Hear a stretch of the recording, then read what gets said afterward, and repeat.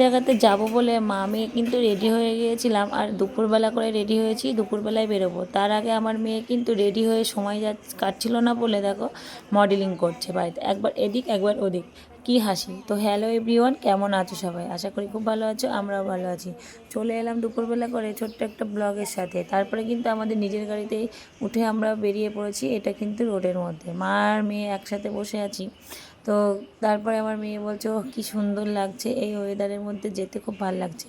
গরম পড়েছিল, হালকা পাতলা গরম, ঠিক আছে। তারপরে কিন্তু দেখো রাস্তা দিয়ে যাচ্ছি, আর সামনেই দেখো একটা ছেলে বসেছিল, সে যাচ্ছিল, মানে সে যাবে কৃষ্ণনগর, আর আমরাও সেই গাড়িতেই চলে গেলাম, আমাদের গাড়িতেই গেল। তো যাই হোক, তারপরে আমরা নেমে পড়বো ওখানে। তো এখানে দেখো আমাদের বাড়ির কাছে একটা হোটেল আছে। তো হোটেলে আমরা কোনোদিন যাই না খেতে, যেহেতু বাড়ি গ্রামের মধ্যে হোটেলে আমাদের খাওয়াটা সাজে না।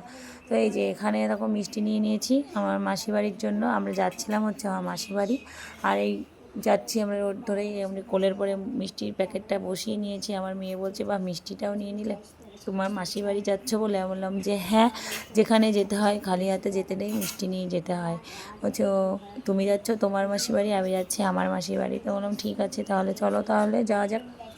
তারপর দেখো আমরা প্রায় চলে এসেছি। এবার আসার পরে কিন্তু চলে এসেছিলাম লিচু বাগানে।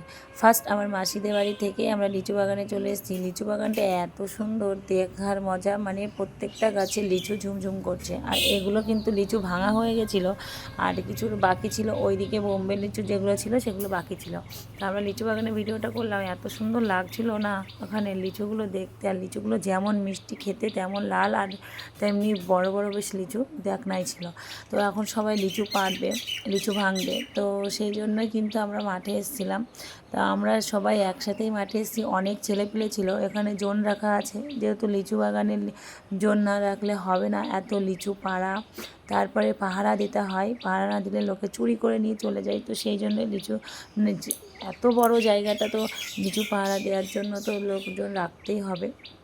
তারপরে এই যে আমার বোনের মেয়ে ছটফটানি কটকটানি, তো সামনে আগে আগে যাচ্ছে, রিলস করছে। ওর দেখে আমাদের সবারই হাসি পাচ্ছিলো। আর দেখছিলাম ও যে কী রঙ্গ করছিল, তো কি বলবো তোমাদেরকে। তো এইবার কি দেখো বোম্বে লিচু, দেখো রিলস করছে একাই 100, কাউকে লাগে না।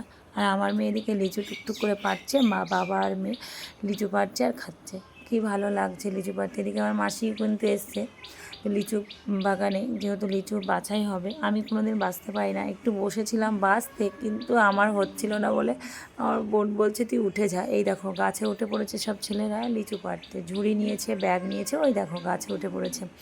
তো তারপরে কিন্তু এই গাছেও আছে, এ গাছেও আছে, যেগুলো হাত দিয়ে নিচ থেকে পারা যায় সেগুলোই পারছিলাম। আমি হাত দিয়ে পেরেছি, তার কারণ হাত দিয়ে না পারলে ওই দেখো লিচু গাছ নড়ছে মানে লিচু পাড়ছে। তো চলো, আমার ভিডিও কেমন লাগে।